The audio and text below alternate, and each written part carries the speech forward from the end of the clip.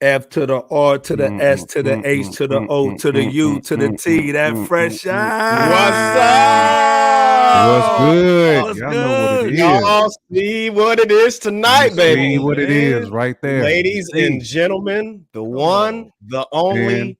Only. Go ahead. Who do we have tonight, fellas? I mean, I don't know if they know. I don't know if they know. I don't know if they know out here. Hip hop royalty. Man of all trades, comedian, host, everybody's OG uncle, man. When you didn't World's have best one, dad, all that. best dad, girl, man. Come on, man. Hey, all I know is when these minuscule, minute electrons spark, I bring forth a molecular light from the dark.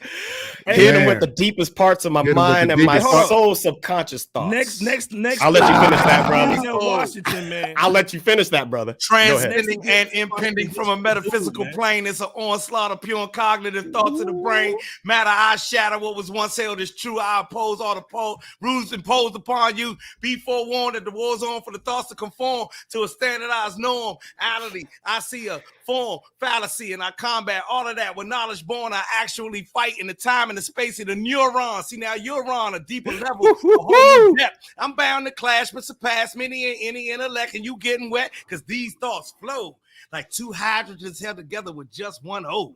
I let the free thoughts burst universally from my own God-given virtual universe and disperse with the notion that commerce is the only catalyst for creating a verse. I write to ignite your subatomic particles. Oh, I don't give a fuck about ever getting these articles. Oh, come on, baby. The thought process, the progress from a metaphysical spirit to a physical manifest. I am blessed with the dopest rhymes I'll ever find. I stay true to my source and force 5 mics in my own mind. Woo!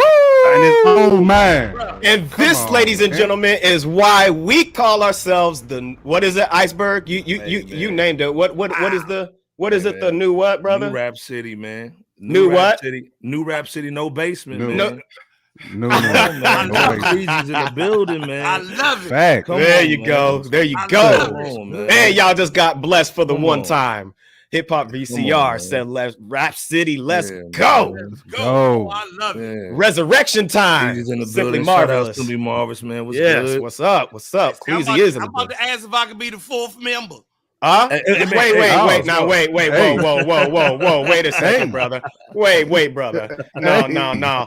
This is you know you're the patriarch of this thing now. There ain't no asking. Right. It's Cleasy and then everybody else, man. Yeah. Well, with absolutely. Les, the Big Les. Shout out to Big Les. But yeah. Shout out Big Les. Come on.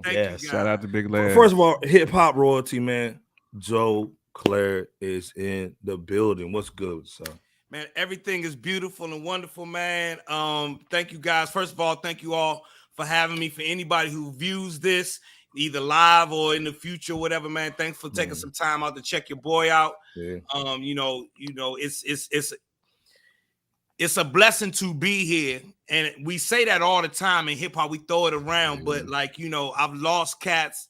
There's cats who started this journey with me who are no longer here, so it's really a blessing to be here, brother. God rest their souls. Yeah, God rest their souls, and we definitely don't take what you just said for granted whatsoever, man. Yeah, man. Life is not promised. It's a real blessing. It's not promised tomorrow, Absolutely. So we gotta take advantage of the now. And speaking of now, we have, as Iceberg said, hip hop royalty and Joe Clair. The bloodline, man. So that part in itself, the fact that you even say that is just like, it's mind blowing for me. I wanted to be part of the culture. I wanted to make sure that the culture was handled in a certain way. That I didn't think that society at large was going to handle it in the way that I thought that it should. I thought that our culture, our music, our way of dress, our everything deserved to be just as elevated as any other great American movement, culture, music, or anything else. And I watched how we were so vilified and so, looked down upon. And so that's what made me want to just be part of it even more. Absolutely. You know what I'm saying? So for you to actually say, hip hop royalty to me is, man, that's mind blowing for me, bro. It really is. because I'm just trying to be Joe and be authentic, and hopefully the authenticity is real and I can fit in, and so for you to say it back to me is mind blowing, man. It's I'm speechless, bro. I'm speechless. Yeah, I'm sorry, speechless, man. We all said today, we was like, hey man, we ain't gonna be fanboys today. We was like, we ain't gonna be stands. We gonna be solid. I'm a stand though. Like real on some no bullshit, the Rap City shit. Like, I was such fans of.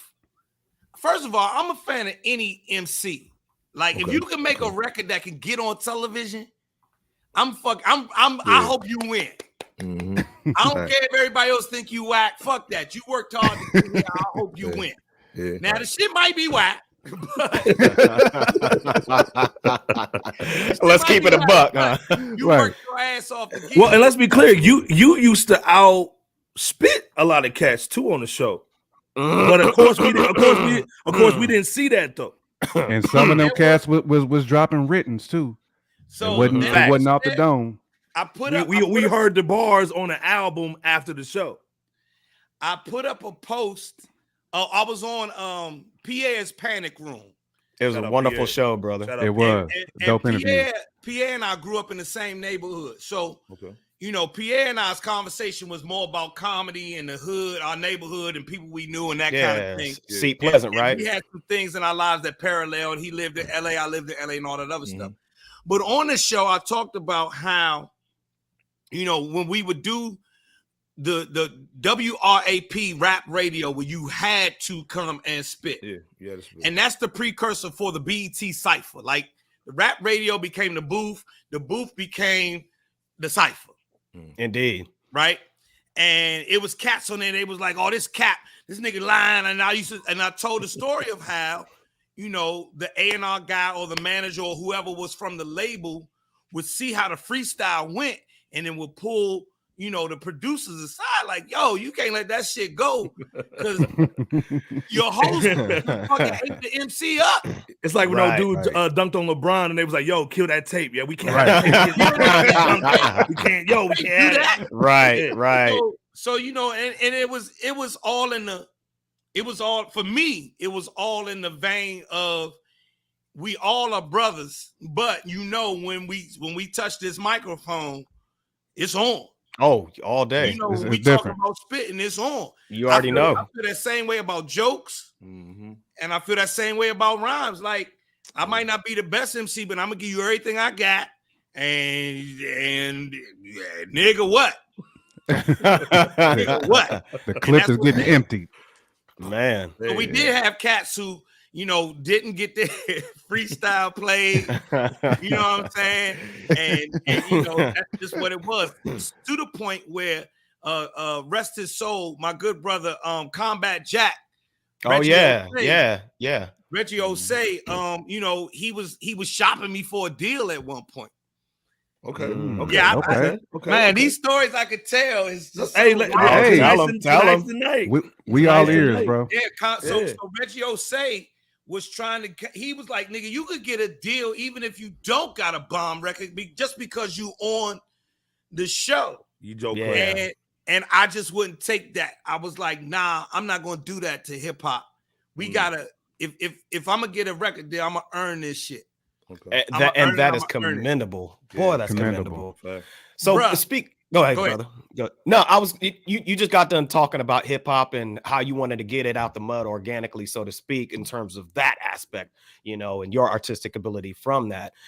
And couple that with the fact that you just mentioned your homie Pierre, and you talked about your journey to, an extensive degree, which was, again, an awesome show. You talked largely about your career in comedy, and I know we'll get to that as well. But can you tell everybody here what and or who your inspiration was that said to Joe Cleasy, hey, I gotta go at this spitting thing. I gotta go at it. Like, who or what was your inspiration to say, hey, you know what? I gotta give this a try. So, There was no inspiration. Okay, you want to know my inspiration? Yeah, Melly Mel. Melly Mel. Okay. What was it? That aspect of Melly Mel, or was it the? No, it was. It was. So you gotta understand, in DC, growing up here in DC in the DMV, and so first, for anybody not from the DMV, DC, Maryland, and Virginia, you have to make you have to say specifically that I am from Maryland. Yeah, you do. I am not from DC. Yeah, you do. They take that very seriously. You can't. It's like you can't say you from the Bronx when you from Brooklyn. Indeed. You know what I'm saying? I'm from Maryland. Peace to Sea Pleasant. Sea Pleasant, Maryland, which is right outside of the city. And growing up here, you know, we had go-go. We grew up on go-go. I still go to the go-go. I went and saw Scarface last night, and he had Backyard Band come out with him. Because you gotta embrace our music and our culture when you come here. Facts. But when I started hearing, like the first time I heard a hip-hop record, it made sense to me. Like it just clicked like immediately. When I heard Rapper's Delight, it made sense. When I heard Houdini, it made sense. When I heard shit, go back even further. When I heard Blowfly, Blowfly. This is Blowfly, the master class. Here to rock some soul to your ass. Little guys and girls, you know what I'm saying? It made sense to me immediately. Yeah. And so by the time like hip hop is becoming a thing, and you know, disco was going out, hip hop's becoming its thing, go-go is doing its thing. I will never forget Beat Street came out. Sure did. The movie Beat Street. But back in the day, for any young people, back in the day before the movie dropped, the records would come out. So you would hear the record on the radio to get you to go to the theater to see the movie. And I will never forget when I heard Beat Street, the king of the beat. See you rocking that beat from across the street. Come on now. I was so floored. It made sense to me. It made sense. So we go to the movie, me and my guys, we go to the movies to see Beat Street, and I rhyme the whole Beat Street rhyme, right? What's up? I be hearing it on the radio. So I rock the whole shit, and you know, but I didn't know I had zoned out in the theater. And like, you know, said the whole shit, saying it with the screen and blah, blah, blah. And when the record goes off, they go to the next scene. It's like everybody's sitting there looking at me in the theater, like, what the fuck? You know the whole song. Already. And I'm thinking, why don't y'all know the whole song? Right. And so, you know, I just took to it like a fish to water, bruh. But I didn't think I could be an MC. I didn't think, I'm gonna go be an MC. And when I would write rhymes that I thought was supposed to be what hip hop is, they were like, "Nigga, you funnier than you are." You are an MC. Yeah. You know what I'm saying? Yeah. And so I kind of just put that on the back burner, and you know, jokes started paying the bills. But you know, just like any other MC that you probably will ask, I could never stop writing. I could never. I couldn't stop. Like you couldn't let go of this thing right here, could you, brother? Right. I know, brother. I know, brother. I know. I go both. It's one of these, right? Now, and so, Apple Notes. Yeah. And then so then I had that going on, and then when Rap City came about, you know, it was just. I got in on the strength of being a comic and, you know, all of that. But I knew in the back of my mind, okay, when these niggas start rapping, I'm gonna eat them up. Pause. Well, I wasn't saying I didn't necessarily say I'm gonna eat a nigga up, but I'm gonna go do my best. Right. Okay. And whatever you got, I hope it's your best. Yeah. You know what I mean? Yeah. And here we are. Right. Well, this is the thing too. Like, again, like we talked offline, man. Like, you were every black boy's superhero.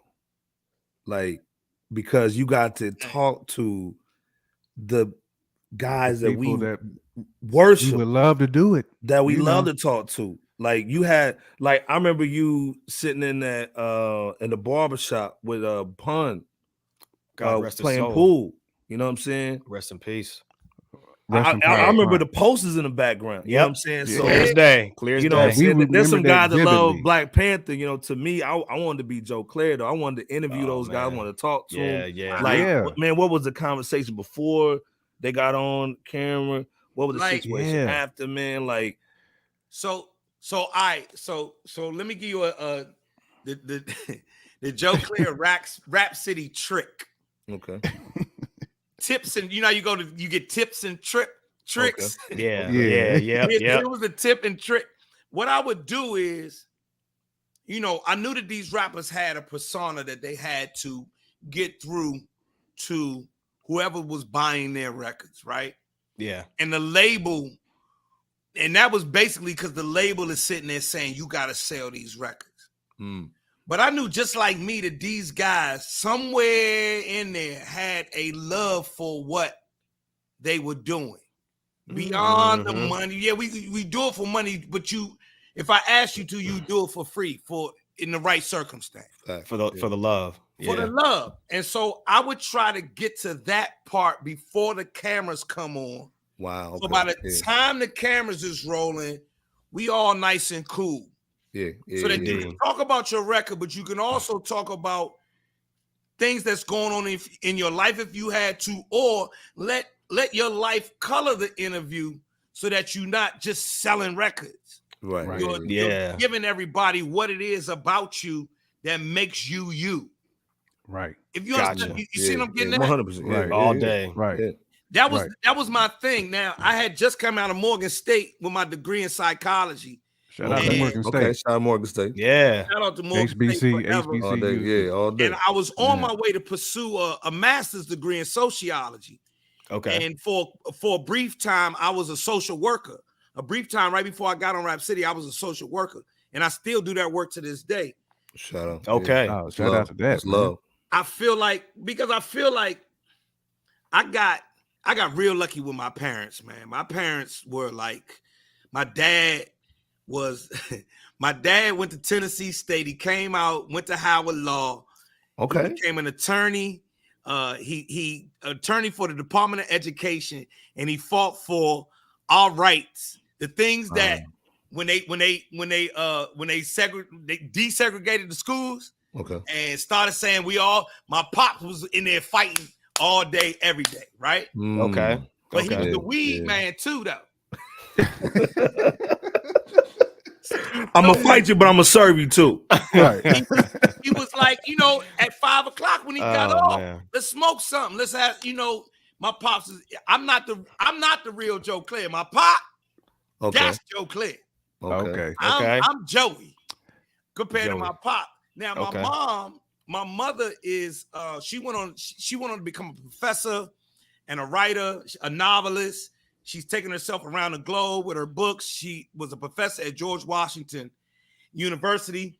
And it's ill because when I was a kid, my mother's namaste, and we were vegetarians when I was a kid. Okay. I'm first round draft pick, soy milk and granola. You know what I'm saying? Before black folks was eating turkey burgers, that's me. You know what I'm saying? You had the grilled chicken, everybody else had the fried joint. Exactly. Right. Exactly. Matter of fact, have salmon. We're gonna have salmon tonight, guys. Not salmon. Salmon. You know what I'm saying? Salmon. With the ale. With the ale. And so those two people together, gave me a worldview that I felt like brothers and sisters needed. Yeah. Like my mother said, I remember talking to my mother about being black in America. And my mother said, and my mother, who actually used to volunteer for the Panthers, with the Panthers. Okay. She's serious. Sales screening for the Panthers when she worked at the hospital. Before she became a novelist, she worked at the hospital. She did sickle cell screening for the Black Panthers at their health clinic, which was on U Street in DC at the time, because Children's Hospital wouldn't do it. And the big pharma wouldn't do it. They didn't give a fuck about us. So she did it. So I got my mother, who is all namaste and everything, working for the Panthers. Yeah. And I got my pops, who's like, he don't fuck with white folks at all. He did not. My pop from Fort Lauderdale, Florida. He don't All Florida. Oh, Florida. Especially South Florida boys too. My pop said, I remember them calling me nigga to my face. Like it was when I was on tables, they'd say, tell these niggas come get this. Hey, nigga, come get this tray. So he don't fuck around. So he's giving me all of that. My mother's giving me all of the rest. And then I come out and I'm like, yo, I really have something that I think brothers and sisters could benefit from. Facts. Yeah. And so I saw Rap City as a way to get in, and I don't have to be a clown, but I can clown. I don't have to be a militant, but I'm militant. Yeah. I don't have to be, you know what I'm saying? I could be. You don't have to see. You don't have to see double O in your way into the door. Right. Yeah. Right. Yeah, and that's commendable. Yeah. Exactly. Fact. That's commendable. And to me, I think that's why everybody looked up to you, because like you brought out a lot of, even that Outkast interview you had at the. You guys are sitting at the table. Oh yeah, you could go conscious when you needed to. You brought in a little human when you needed to, because some of them guys are dry. You know what I'm saying? Yeah. I mean, they studio rats, you know what I'm saying? And you actually had them smiling, laughing, without any libations and or extra libations, you know what I'm saying? And that's why, to me, you know, it was real Black culture that you saw on TV that they can't even duplicate now. You know what I'm saying? They can't even duplicate. Not at all. They can't. Man, this is so crazy. Right now, I have a partner, very funny brother named Eddie Bryant, who he's beefing with me because I haven't done the Rap City stories. I haven't told the stories. You know, I go out, I do comedy, and if you come to my comedy show, you will forget that I hosted Rap City until I say something. Because listen, come to my motherfucking comedy show. We ain't forgot. Nigga, y'all heard it here. When he's in your town, please tap in when he's in your town. When I'm in your town, come to see my show. But my partner's really upset with me. He's like, yo, you have to tell these stories. Like we went to see Scarface last night, and the stories I have about Face, of just the brief interactions I had with him were fucking I can only imagine. Like, all right, y'all remember the record Like Some Hoes? Yep. Niggas be hating me. Right. Like some hoes. Right? They've been talking about me lately. Like some hoes. That's how I'm throwing shit all off in my Bentley. Like some hoes. Well, that was my song. Then I get off the plane in Houston to go do the interview, and this nigga came and picked me up in the Bentley. Whoa. Was that your first time in the Bentley? Was that your first time? That's my first time in the Bentley. And you know, but here go the ill shit. So we know Scarface, Mr. Scarface, with the you know, Mr. Scarface ethos. Yeah, he ain't playing. Black hat, black glasses. Yeah, right. Man. Yeah. You can feel the hand of the dead body. Yeah. You know, Right. you know what I'm saying? Mm-hmm. I get in Scarface's car, and this nigga put on No Doubt. Oh wow! Oh wow! I'm Just a Girl. Oh, by wow. Gwen Stefani and No Gwen Stefani, I'm Just a Girl. Wow. But he made me respect the music because it's the music part for him. Yeah. He's like, this bitch is bad. Yeah. She know what she's doing on this microphone. Not to call her a bitch, but you understand what I mean. Right. Nah, all day. This woman is killing it on this microphone. She in front of the band. Yeah. And then listen to the band. So when that right,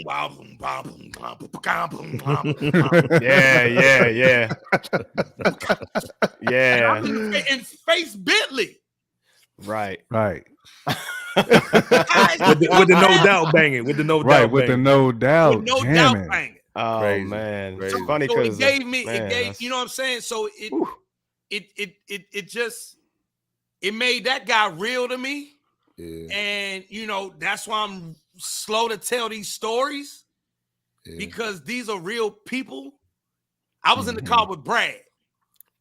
I wasn't in the car with Scarface. You was talking like, Mr. Jordan. Yeah. Mr. Jordan. Brad really want me telling these stories like that. You know what I mean? Yeah. So it's ill where I'm sitting now, man, to the life that I've had and the things that I've been privy to. It's ill. It's ill as shit, man. I couldn't imagine. We believe you, bro. And the thing is, you have the unique ability to actually see cats grow in the game. Facts. Before they got the superpowers, before they were iconic. The Snoops, you saw Peter Parker before Spider-Man. Bro, you got to interview that's why you were our eyes and ears, man. Yes. Yeah. I tell y'all a story. I met Snoop. I met Snoop at Daz's house, right? Okay. Word. Okay. I'm going out to do the Dog Pound interview, right? Okay. So now I'm interviewing the Dog Pound. Snoop album had already dropped. Rage had already dropped. Now this Dog Pound album is coming out. That dog food. It was heavy too. And I'm completely in love with this Dog Pound album. I don't like to dream about getting paid and bomb ass pussy. Let's play high. And we all gonna fuck. And I love these niggas, right? And remember the Dog Pound had that record off of the Above the Rim soundtrack. Yes, they did. Yeah. Bomb ass cop. My dick kind of limp, so I cruise around the block. Call my cousin Snoop as a Snoop in a coupe. So I'm blown. I can go meet the Dog Pound. So I just know when I pull up, it's about to be some gangster shit, right? Gangster shit. Man, we pull up. I'm from the East Coast, so when you move through a nigga hood, you observe their protocol. Absolutely, that's code. That's street code. If you come to DC, you gotta observe the protocol and don't get out of line, or you will get fucked up. That's right. And so when I was like, when I go on the West Coast, I gotta observe protocol because I don't need to get fucked up. It's a matter of respect. So I'm rolling up. I tell the camera crew, hold tight for a second. Let's go in here, shake some hands first. Boom, boom, boom, boom. Man, I walk in. We was early. Snoop got his head tied. White beater, some shorts, and some tube socks with no shoes. Sitting there playing. They was either playing Madden or Tekken. Okay. Remember Tekken? Yep. Oh yeah. Are you right? And these niggas is and it was like fighter, I'm like these they regular niggas. These regular niggas like my niggas. This look just like my niggas at home. Just like my niggas at home. Man, this shit was so. It was like I met Snoop when he was Calvin. When I met Snoop, he was straight up and down Calvin. And Mr. Brodus. He Young never Brodus. done it for 1 second. He ain't never turned into Snoop in front of me. He's always, anytime I see him, he be Calvin. Word. Now, if other people come around, I understand. Let me play back and let him be Snoop. But as soon as they leave, he be like, man, roll that, man. Hey, look here, homie, roll that over, blunt up, man. What the fuck is you doing? You know what I'm saying? So this thing, so how was it from seeing them in Daz's crib to seeing them on the Super Bowl stage, man? And that's what we talking about when we talk about Joe Clair. Like, you saw that to this. You were there. For me, it's like in history. It's still Absolutely. These are people that I've interacted with, that I've interviews. Some of these people I have a bit of a relationship with. I bumped into Corrupt. I would bump into Corrupt a lot when I was living in LA. He would come to the studio out in the valley that I was working out of. And so we would, chop it up, talk about this, talk about that, smoke something, blah, blah, blah. And so, like to see Eminem, I got one of Eminem's first ever interviews. Yeah. Like Let me see that too. Ever interview, like you sure did. All the way back here. Yeah. And the ill part is, he's already a superstar to me because I knew about the shit he was doing with the Outsiders. Yeah. Oh yeah. With Young shit. Z and all that. Oh yeah. Most folks don't know that's where he started before his major break. Yeah. Exactly. So the boot camp click.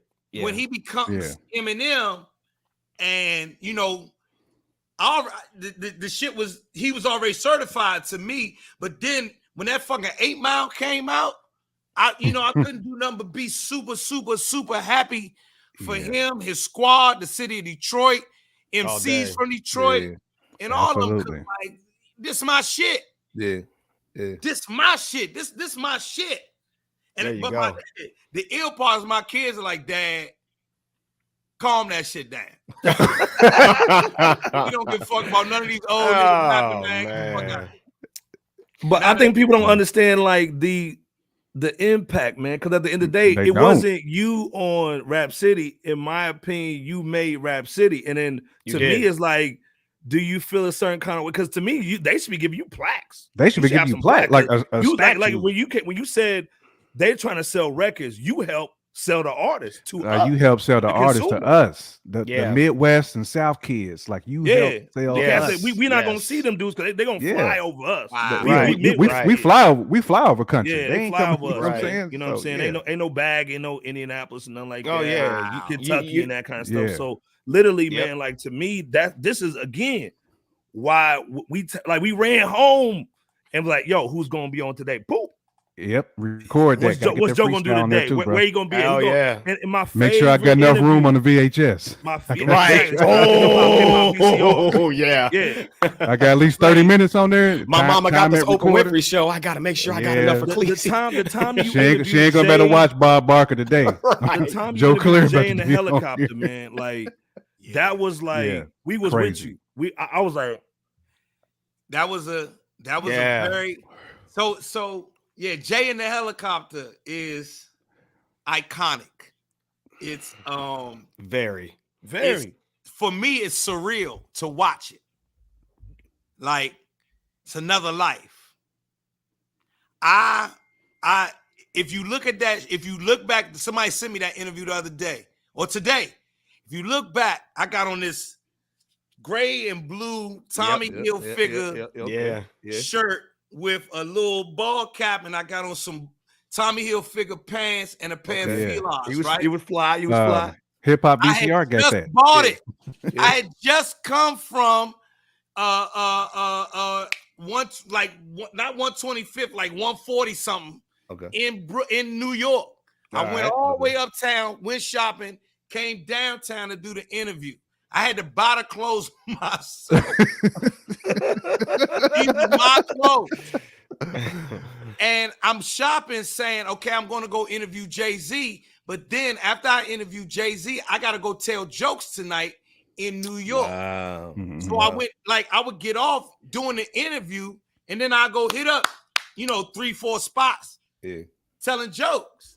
Yeah. So it was ill because they said Jay-Z gonna want to do the interview in a helicopter. They told me like the day before. I said, well, where the fuck we getting a helicopter from? They said Jay got us down to the heliport. I said, Jay-Z got a fucking helicopter?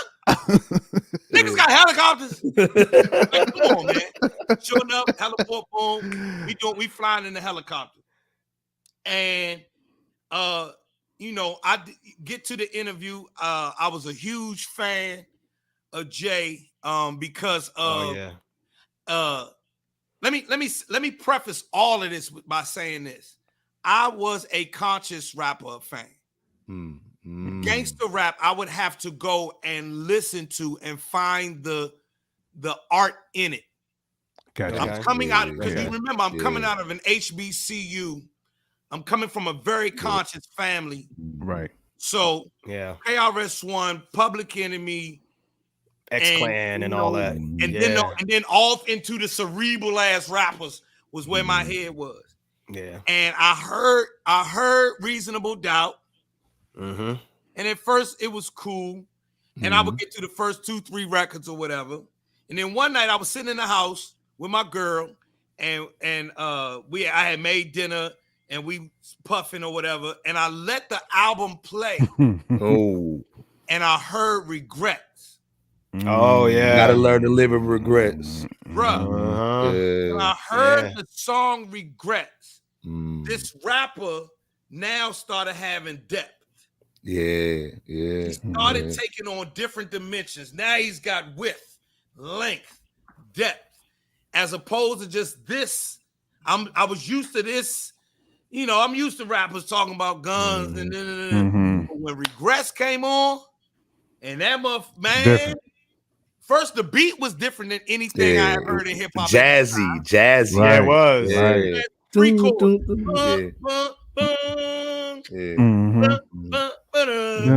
then the bass line. So I'm like already cued into that because I'm a big jazz head. I got a ton of jazz records. If you can see over there, they sit right there. Vinyl. Yes. That's it. That's it. Bebop. And then, I sold it all from crack to OPM. Third person. I don't want to see him. So I'm rehearsing with my people on the BM from a remote location in the GMBM. In a whole situation like DM. At the dope turn to Korean. One of these buyers got eyes like a Korean. It's difficult to read them. The windows to his soul are half closed. I put the key in. Pulled off slow, hoping my people fleeing. The chink try to lock the only link to tie me. I went back. Rewind. Like, run it back one good time. I had to listen. I swear to God, and y'all think I'm bullshitting. I sat and listened to Regrets on repeat 6 days, 7 days, 8 days. I don't know, maybe 2 weeks. Like, when these artists make those things, they fuck my head up. They blow my mind. They make me have to go, and I will sit with your record for weeks and weeks and weeks because of what you were able to do. We're speaking the same language. We got the same 26 letters. Ain't it 26, 27, 26? Close enough, Cleasy. Close enough, brother. 27 letters. In the hour. 20 something. 20 something. Yeah. We have the same experience as Black people, but what you were able to do with it is beyond the scope of anything I could imagine. Right. Or is beyond the boundaries of what has been set before. And up to that time, Illmatic was for me too. Illmatic, and then came, then Biggie first joint, and then nigga, I heard Regrets. I said, hold up. Everybody gotta hold the fuck up. When I started hearing, he wouldn't be here if Big was here, I was like, I don't know if y'all know what the fuck y'all talking about. This nigga's vicious. This nigga's cold. He cold with it, and he could do it again and again and again. And I had known him from the original Flavor shit. Yeah, original Flavor. Ski. I can't remember the other guy. I can't remember the other guy's name. And so it was I remember him from there. Because Jay caught my ear with that. I hear "I'm so crazy" line. And so now I got the album. I'm listening to the album. I heard Regrets. I was like, no. This is something different. And we see how it's played out. Indeed. You see how it's played out. From there to the 444, he always got something. He always got some magical shit in there, bro. Anyway. Blue magic. So on that helicopter, man, like we was with you. Like it was like, oh man, like we it wasn't even almost Jay. It was like we with Joe. Like Joe gave us the exclusive. You know what I'm saying? Yeah, because the last nigga we saw on the intercopter was Higgins on Magnum PI, and then it was exactly. It was you. Right. Higgins, and then it went to Joe. Right. Right. Higgins and then Joe. Now Higgins kept the chopper though. Higgins kept the chopper in the yard. He kept it clean too. Goldie brother from the Mac. Remember, he was Goldie's brother in the Mac.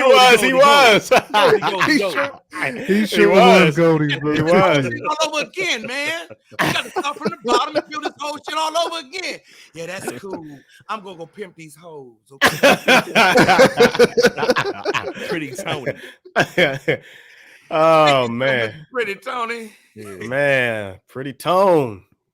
Yeah. Hey man, so the first time I seen you do comedy, or at least the first remembrance of that, was when the late great Johnny Witherspoon introduced you on that stage, man.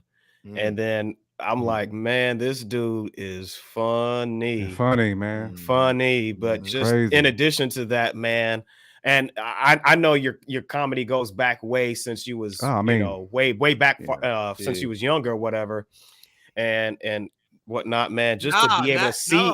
Go ahead, brother. Go ahead. So when I became a comic, my father couldn't believe it. My father was like, you? Because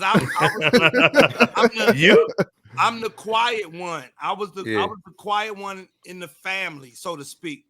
My older brother, who is, my personal hero, was and still is the funniest motherfucker I've ever met in my entire life. Word. He's funnier than any comedian, friends I got. All these.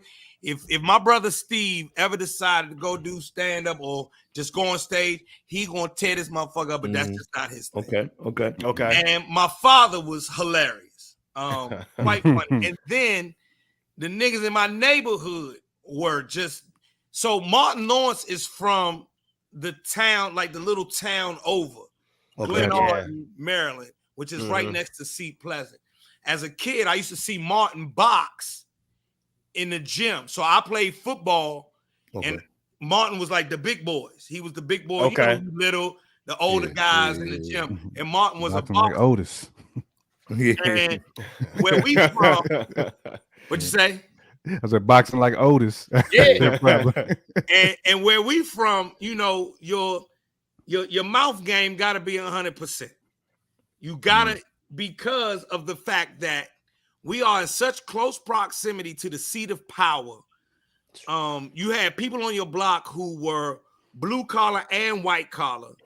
We had a level of, we had a standard of living that, was part-time, just, black country. We had people, I ate neck bones and beans and all that other shit growing up. And then you're driving to the city and you're having a steak dinner at the table next to, like goddamn people from the White House are right there. Right. You know what I'm saying? So that duality, that dichotomy, as they put it, made the niggas from the city, you gotta understand where you stand. So you gotta be smart about your comedy. Your shit gotta hit. Yeah. It gotta be funny. It really does. So that's why you get Dave Chappelle, Martin Lawrence, Earthquake, Wanda Sykes started here, Dominique, Pierre, Teddy Carpenter, Donnell Rollins, Royale Watkins, and the list just goes on and on and on and on. Long list. Awesome. So for me, I fell into comedy. This is a true story. I fell into comedy because, yes, I was funny, but I ain't want to go get no job. I could not work. I could not have a fucking job. And I needed a way to pay the bills. Yeah. Right. And they started giving me money for comedy. The first night I went on stage and they gave me, I think they gave me $10, $20, some shit like that. They give me money for this shit? Yeah. I'm in college. At the time I was in college, so $10. Oh yeah. That go a long way. We winning tonight. We eating tonight. Yeah. You know how many ramen noodles you can get with $10? And we got gas money too. Let's go. Who want egg rolls? Right. Hey, bring that extra sauce out here. Right. We ain't gotta just eat rice. I got egg rolls money. Right. You still got enough everybody. Liquor? Yeah, I got enough money for liquor. We get that little nip. Little nip. Little nibble something, you know. Right. And so when comedy started putting money in my pocket, I was like, this is the ticket, man. This is what I'm going with. Boom, we out. And I'm doing stand-up at night and calling BET in the daytime to see if I can get on Rap City. And that's how I got on Rap City. And I commend your cold calling that you said on Pierre, brother. What, 10, 11 months at the payphone? Yeah. Calling the folks at Rap City, brother. That is true grit and persistence. That's true. And also grind. just seeing how powerful God is too. You know, Absolutely. Amen. I do have. Go ahead, brother. I didn't see it as, I didn't see it as anything but giving myself a shot. And if there's any young person, any old person, anybody watches this shit, give yourself a shot. Opportunity. Go for it. Fucking go for it. Yes, you're going to look silly. It's going to feel weird. People going to point their finger, but you never know where you might fucking end up. Yeah, that's right. Go for it. Yeah. That was just me going for it. It wasn't an agent. It was literally you manifesting it and God putting you in the right position with the DJ, right? My partner was a DJ, and I would carry his crates for him to get into the club. Get the club. Okay. I like that. Going to the club free. I carry the crates. And plus I'm a hip hop head anyway. So I want to hear the music. I want to hear them. I want to get in there and hear the music. I want to hear what you got this week that I didn't hear last week, or who just dropped the. I'll never forget, like when J. Rue did that, when that come clean. When that Primo. Yeah, the Primo killed that, and the bars is just phenomenal. I just needed to be part of that, and so he was DJing. I'm telling jokes, and I'm calling BET all day. I mean, I'm calling once a week, and I'm calling every week, and I'm leaving a message. Hey, my name is Joe Clair. I'm a comedian. I know everything about hip hop. I think I'll be good for your show. Give me a call back. And I had to use a pay phone because my roommate had got our phone cut off. Right? Man. Just like a roommate. Just like a roommate. Yeah. Right. Shout out to my line brother Vic. Vic, I love you. Shout out, Vic, man. Just imagine if you hadn't taken that extra step, that sacrifice, and that quarter or however much it was at that time, we wouldn't know you as the legend today. Yeah. And that's the importance of their phone call wisdom that all them phone calls, all the money that you spent in order to, be the legacy individual from Rap City and in comedy. But speaking go ahead. Well, I don't even think we would have got into a lot of the artists if it wasn't for somebody like you presenting them to us in the way that you did and making them feel comfortable, making them out of that. Right. Because honestly, if they was lit on Rap City, we were gonna go get the CD, yo. You know what I'm saying? It was about especially you know what I'm saying. If the bar was on point too. Yeah. Oh, we gotta go get dudes out. And then the other thing is we look for that Joe stamp of approval. Oh yeah, exactly. Oh yeah. Exactly. So we can take this very same pen to that CD. You know how hard it is to get that little wrapper off. Exactly. You gotta get it out. This is the other thing too, Joe. But Joe, this is the other thing too. Not only were we watching you present these legends at the time, right? Then it's making us want to do the same thing. Yep. You know what I'm saying? Yes. Did I just freeze? Yeah. You gotta hear me? We can hear you. Yep. The fuck just happened? Hold up. Oh, my battery died on my camera. Hold up. Hey, it's all good. It's all good. Hey, it's all good. It happened to me 2 weeks ago, bro. Don't feel bad. It's all good. We're not gonna lose this conversation piece, but in the meantime, y'all, I'm about to do it on my phone. Hold up. Hit the subscribe button if you haven't. Hit that like button and hit that notification bell. If you could do it all at the same time, that would be a dream. But since you can't, We got some stuff. I'm about to tap in on my phone. Don't move, y'all. Oh, we ain't going nowhere. We ain't going nowhere. But we appreciate y'all for joining us on such a legacy conversation with Fresh Out. Absolutely. I didn't mean to cut you off, Bebo. Go ahead. Some folks in the chat, man, with some questions. Yeah, for Joe, no. Like I said, get back. Well, first of all, shout out to Nightmare. He's in the building. Anthony Robertson's in the building. Simply Marvelous, like I said. Simply Marv in the building. Hip Hop VCR in the building. Yeah. Who supplied that video? By the way, the Eminem video. Simply Marvelous at DSLR Life, man. You know what I'm saying? You gotta check that cam, dog. Simply Marvelous. I know all about that, bro. When that battery gets off, you're gonna see that the EOS. This is the Canon. You're gonna see that Canon joint pop on. Canon. Canon. That video this morning that was going viral on IG was from Hip Hop VCR. Shout out Hip Hop VCR. The Joe Clair in the helicopter, Jay-Z joint in that Higgins copter. With that Higgins copter, right? You know what I'm saying, man, y'all are getting all of. Man, hey, 1 second. Oh, it's all good, man. It's all good. It's all good. We got the time, brother. We got the time for you, and we just want to send our appreciation to you while you're back there doing your thing, Joe, and to y'all out there, man. Continue to hit type those words of whatever, your thoughts, your questions, your statements, your comments, all that in the comment section. We're going to get to them. Yeah. And we definitely appreciate shout out LB the Podfather, man. LB the Podfather, man. Yes, in the man. LB the Podfather. Let's Dog Coalition. What up? Boom. What up? There we go. That's all good. It's all good. Let me do this. Yeah, there we go. There you go. This dude been in media, man. We already knows with the straight vertical boys, man. Like, come on, we got. He knows. Right. He knows. Yeah, I'm good. But this thing before we also go into, man, like you said, you do music, you doing production.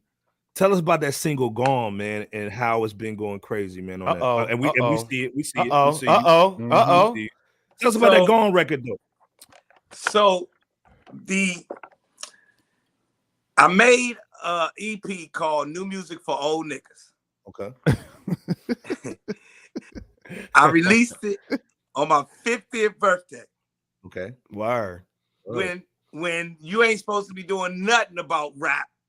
You know what I'm saying? On your 50th birthday, you supposed to be sitting the fuck down. So they say.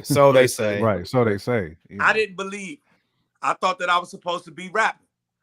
And I thought that hip hop voices should mature. Yes. If we mature, the voices should mature. You sound like Iceberg with what do you call Iceberg? Right. So age appropriate. I lost the audio over there. Anyway. The age appropriate rap. Age appropriate rap. Age appropriate rap. Yeah. So I was like, let me do this. And I had been making beats. Like I was showing y'all earlier, this is Mike Epps' album. Word. Classic right? too. Yeah, that funny business. I got the CD right here. This is Mike Epps' album. And if you open up the liner notes, you'll see produced by Joe Clair on 3 of these records, right? Okay.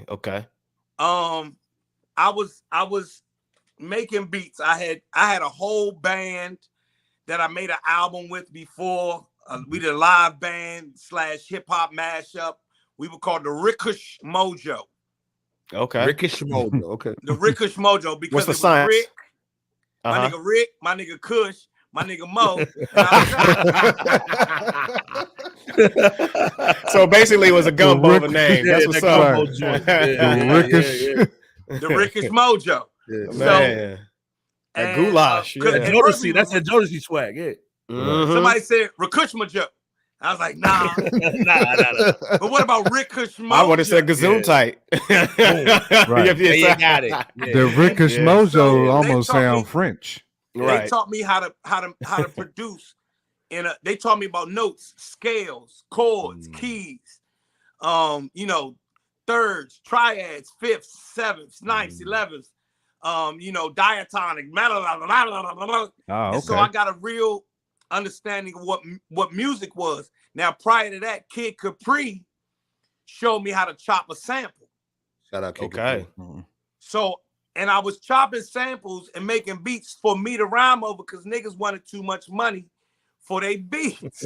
Yeah, that's like shit. Right. I don't know if everybody knows this story. I actually had the Hard Knock Life beat before Jay bought it. Really? Wait a 45 minute. King gave me the beat. Go in on that, Joe. Go in on that, man. Hold up. Go in on that. So we was on the Def Comedy Jam tour. Kid Capri, after the tour, after the show, you got an after party. Kid Capri was DJing the after parties all the time. Well, in his set, he would play this break, and it was boom, boom, boom, boom, boom, boom, boom, boom, boom. It's the Hard Knock Life for us. I'm like, that shit is fire. At the time, this is when Combat Jack, Reggie Osei was talking to me about being a rapper. Christy Clifford, who is Osti Management, who is Kid Capri's management, was taking me around. Ski, DJ Ski gave me beats. DJ Ski, yeah. Shout out to Ski. What's Dame Dash's brother? I know you know Ice. I know who you're talking about. It's not Darren. It's not Darren. Is it Darren? I want to say Darren. I'm sorry. I'm drawing a blank now. But these guys were like giving me beats or showing me how Bobby Dash. How you get a beat, how you get into becoming a rapper, how you you get down. Bobby Dash. And Kid one day, and at the time, we were on the tour bus and I'm rapping every day, 24/7, 365. Me and a brother named Zoo-Man, who's out on tour with Cat Williams right now. Shout out to Zoo-Man. Yeah. And some other comedians. Mike Epps was on the bus with us as well. We were all on the tour together. And Kid was like, yo, meet me at the studio, boom, boom, boom. And he took me to the studio, took me to his house, showed me how to make a beat. And I spent the night over there in Kid Capri's basement. Wow. Now, off the chain. Crazy. Wowzers. I already took you back to where I started with Beach Street. Uh-huh. Yep. So you can imagine how I feel sleeping in Kid Capri's basement. Nigga, I'm sleeping in Kid Capri's basement. Brother. Right? Yeah, so crazy. The next day, Kid say, yo, I'm gonna take you over my man Mark house. I said, okay, cool. He said, you ever heard of Mark, the 45 King? And I was like, yes. Yeah, yeah. I have. You know, because I'm ahead. I know what's going on. He did all the Queen Latifah first album. Yeah, classic. And you know, he is the he's the what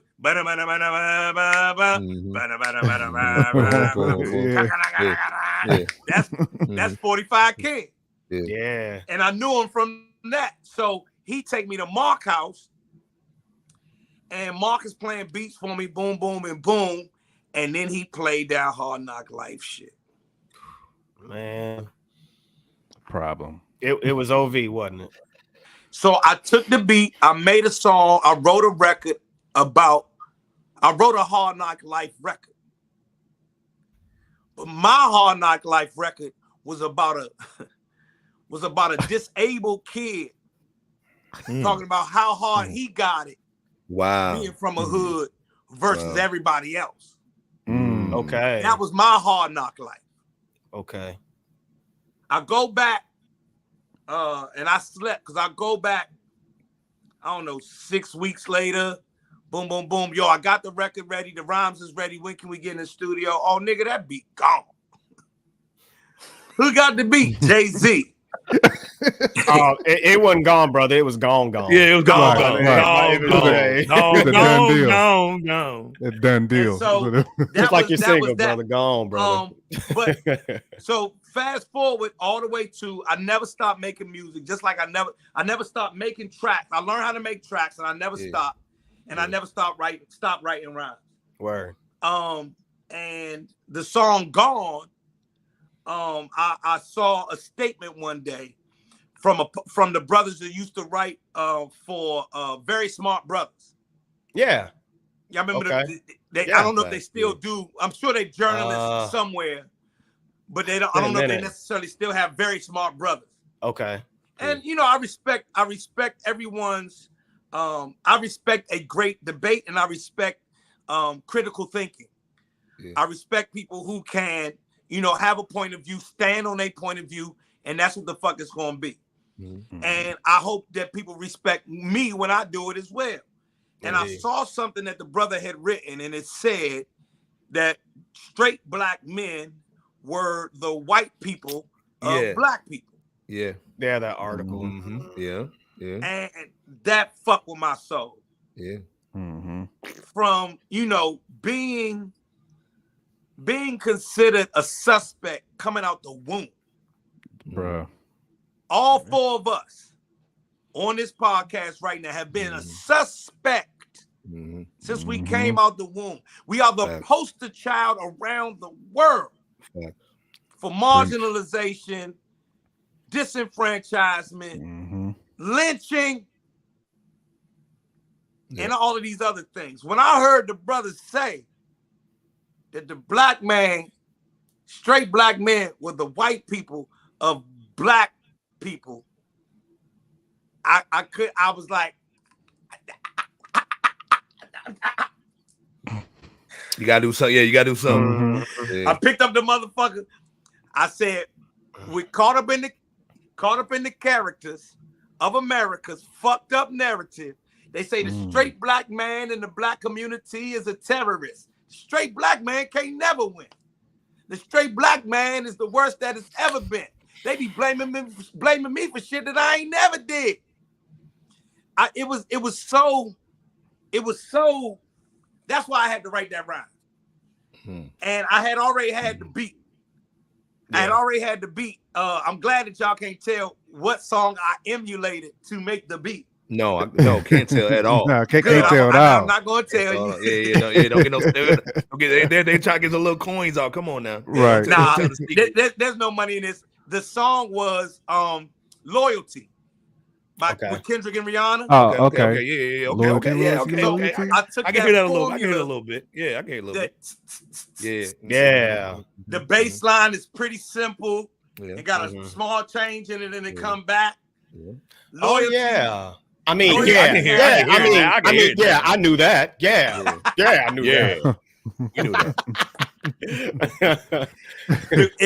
The chords was pretty simple. So anyway, I did a musical breakdown of that track, and I had already made the track. I was like, okay, he don't like me, and she don't like me, and everybody seems to want me gone, but fuck it, y'all, wrong. Yeah. Bitch, I'ma be here. It's funny how, like, in the part of that video, when you said "gone" or "they don't like me," it would just happen to be some joggers right behind you. One of these joints. And they run on one of those parts. I figured there was a subliminal behind them joggers. Because I was filming that at Haynes Point, and at one point in time, Haynes Point here in Washington D.C. was the black park. Yeah, it ain't no more. Everybody says gone. And we've been, everywhere we go, we get canceled. Oh, yeah, as soon as black people come in, we don't want that element here.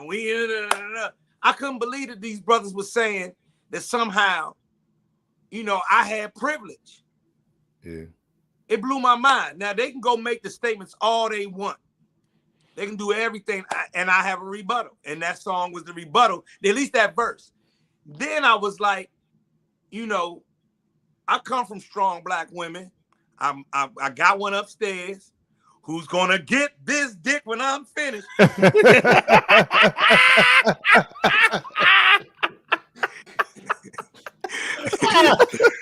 the real one. I got man, one salute, man. My mother's a strong black woman.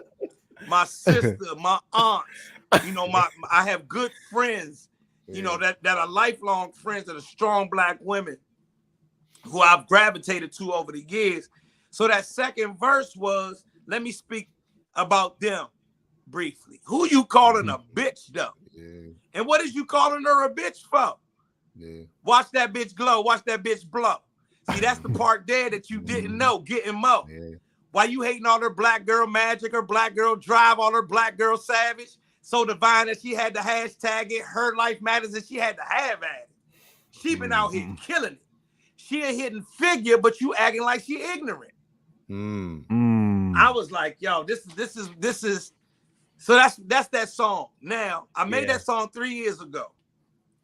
Rich Nice, who I met in the studio working on Kid Capri album 20-something years ago. Wow. Hit me up because I play the song on my live in the morning. Right. Yeah. If y'all are up, I'm on live on Instagram. I'm on Facebook and YouTube every morning, 9 a.m. Eastern. Okay. Yeah. And I got enough balls to start playing the record and running the video for my live. Yeah. And the response was great. The response was overwhelmingly thumbs up. Yeah. So I played it again and again. I play it all the time. I start the show with it down. And then I got an email from Rich Nice. And Rich Nice says, hey, send me that song. And when he says, send me that song, I really hit what song? I swear to God. I was like, what song are you talking about? I thought he was talking about I don't know what he was talking about. And he said, the song that I was like, gone? You talking about my song? He's like, yeah, the joke you play on the, I was like, oh, yeah, okay, yeah. I mean, yeah. See, there you go. That song. I mean, yeah. I knew the song you was talking about. Come on, man. The song been sitting on my motherfucking hard drive forever. Man. I have it on SoundCloud, and my daughter was like, Dad, you gotta. My daughter said, you got an album on SoundCloud. I said, She said, that's what all the middle school rappers are. I was like, she's savage for real. But that's you know what? I was like, this is what it is. Yeah. I never released the song like on Tidal or Apple Music. Yeah, I was looking for it. I heard it on your live. Yeah. Went to look for it and it wasn't there. So it was like, where are you doing that? So now I'll tell you what's about to happen. So I sent him the song and forgot all about it. Week and some change later, one of the cats who's in the live every morning sends me a video. DJ King Cannon, who's out of DC. It's like, yo, they running your shit on Sway. Oh. What you mean? And then he shot me the video. So he shoots me the screenshot of my song on Shade 45, Sway in the Morning, the A&R room. Now, I've been listening to Shade 45 since it was Ludacris channel. Yeah. Wow. Yeah. Shout out to Luda. Shout out to I was listening to Shade back when it was Ludacris channel. Yeah. I was listening to Sway. Come on, it's Sway and Heather B. I mean, and you even freestyle with Heather B. Yeah, you freestyle Heather B. I mean, you can even I remember, brother. Tech too. Oh yeah, it was Sway and Tech. Yeah. So when the shit gets played, I had the whole Robert Townsend 5 Heartbeats. They playing our record on the radio. Oh man, yeah, they playing it. I'm blown, man. But then my stomach immediately go into my throat because I'm like, I know these niggas fried my record because he played it in the A&R room when you call in and say if it's right. Good. I'm like, man, I know they fried my motherfucking record. I don't even want to hear it, but what they say. I don't want to know, but what they say. What they say. And he said, "Oh nah, man, everybody love that fucking record." I said, "You bullshit." He said, "Nah, it was a song came on before yours." So I get in the car, and when I get in, they had just finished critiquing this other nigga's song. And they wiped their ass with this nigga's record. They wiped their ass with his record. I said, what they say about my record? I said, man, they loved your shit. I said, you bullshit. He said, nah. They loved your junk. And he actually had the screenshot of that as well. And I have it on my phone. And it's 3 callers calling in, all of them giving the record praise and everything like that. That's what's up, man. And then Heather B goes, Joe, I don't know if you listening right now, but every caller who called up here gave that song a thumbs up. Wow. So that's what's up. Man, that's what's up right there. What it is. I cried. I ain't even gonna front. I cried, my nigga. Yeah, like that's real. The shit came out like because I've been sitting in this. You see what I'm saying? Right. By myself in the lab. Getting it in. Yeah. Getting it in. Nobody know I'm down here in the lab. One caller was like, I ain't even know Joe Clair had bars. All I remember is this big ass smile and shit. I had to forget the nigga way the nigga look so I could listen to the song. Wow. And that's amazing. So my squad was like, nigga, will you please put this record out? So I just got my DistroKid shit set up. Let's go. Let's go. Okay. I just set up my DistroKid shit. I was just talking about a DistroKid, man. You can do everything from the crib now. Yeah. So yeah. When all of this goes live, man, I can't wait to give y'all a call and let y'all know. Please let us know that I'm on all platforms, bro. But this thing, do you have more records though too? Yes. So I'm in here now working on New Music for Old Niggas Volume 2. The Volume 1 is on my SoundCloud. SoundCloud/Cleezy. CLEEZY. Right? I'm gonna put that in the chat right now. Yeah, put that in the chat, bro. Yeah. And the there's 5 songs on there. There's a song on there called Pass Away, which was sparked by a young lady whose man had just left her with these kids. Okay. Right? And you know, we do a lot of black men do not have a good relationship with the court system when it comes to children's mothers. Correct. Mm-hmm. And we always hear it from our perspective. But when she was on the other end of this phone crying, he done left me for this whack broad, and he left me with these kids. I was like, don't cry, little mama. Fuck him, he gone. Fuck that nigga. Fuck him, he wrong. He left you with them kids and all of that debt for that whack ass bitch with all that dick on her breath. No, stop. This is time for success. Let me get. Oh man, y'all just got some exclusives, y'all. Y'all just got some exclusive new bars. Exclusive. You can't get anywhere else but New Rap City. Is really what an uncle would say. So in the first verse, just like on Regrets, when Jay-Z talked to 3 people on that song. Yep. Ooh. I talked to her, then I talked to her son, then I talked to her daughter. That's about their dad being gone. Nice. You know what I mean? Don't cry, little angel. Your daddy done left. You like the other little angels whose daddy's done left. But you make sure you take care of yourself, because your mother and your brother, they gonna need your help. So listen to your mother and say all your prayers and make sure, check up on them and make sure they saying theirs. And sit still while she wants to braid your hair and give her all the kisses you can. Let her know that you care and be strong and be bold. And don't never be scared, because you can do anything and you can go anywhere. Things are heavy, but every year you blossom. It's not a problem, little angel. You are rare. Young black beauty, do he see what he doing? Do he realize the only life he gonna ruin will be his? Cause the nigga did it all wrong. It might be better that your dumb ass daddy done gone. Boy, when I played that record for the women, Joe Clair, you is my favorite rapper, Joe Clair. Joe Clair, that's the fuck I'm talking about. And you know, a couple of brothers was mad at me. A couple of brothers was mad, but my pop ain't live in the house with me. And I know how that shit feel. And I've seen instances where it was better that your dumb ass left. Go get yourself together, my nigga. Facts. Don't before you fuck the whole family. I hate to put it that way. That's what happened in our family. My mother divorced my father so that we could all grow. Facts. Same. Had she not, our ship would have sunk. Yeah. The fact that she made sure we kept a great relationship together and all that other shit made us elevate. Me and my siblings turned out incredible. Coming from a dysfunctional family, a broken home. Amen. Amen. And so when I wrote that record, I was writing from that point of view.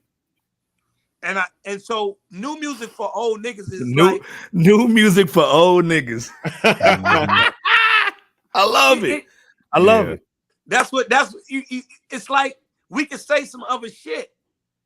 We can say other things. We don't have to. I never robbed nobody. I never did the streets. I went to college. I partied. I went to the club, but I went to college. I went to work every motherfucking day. I never did the streets. I can't rap about. I sound crazy when I rap about the streets. Trying to sound like the streets, I sound crazy. Joe, get out of here with that shit, Joe. Hey, Clean.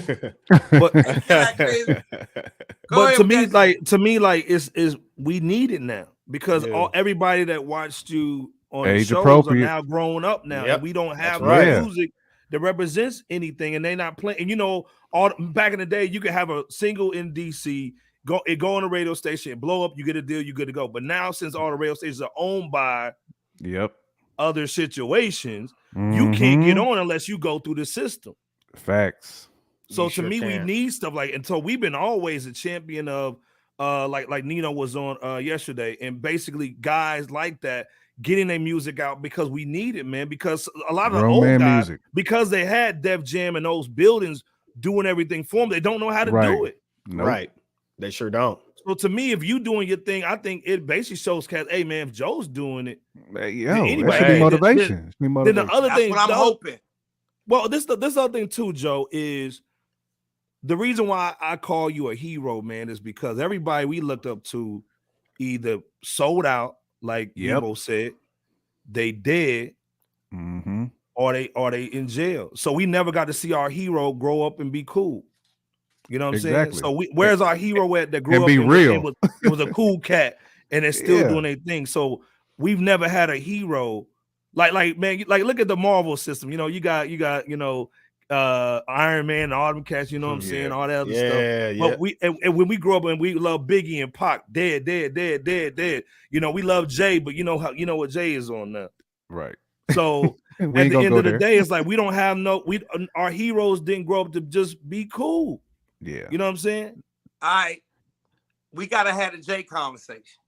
Okay, let's have a Jay joint. Now this thing, I wear the 25% of the reason why I wear the Yankees because of Jay. 25%. I am a diehard Jay-Z fan and supporter. Facts. Now, I preface all of that with saying I'm not from Marcy.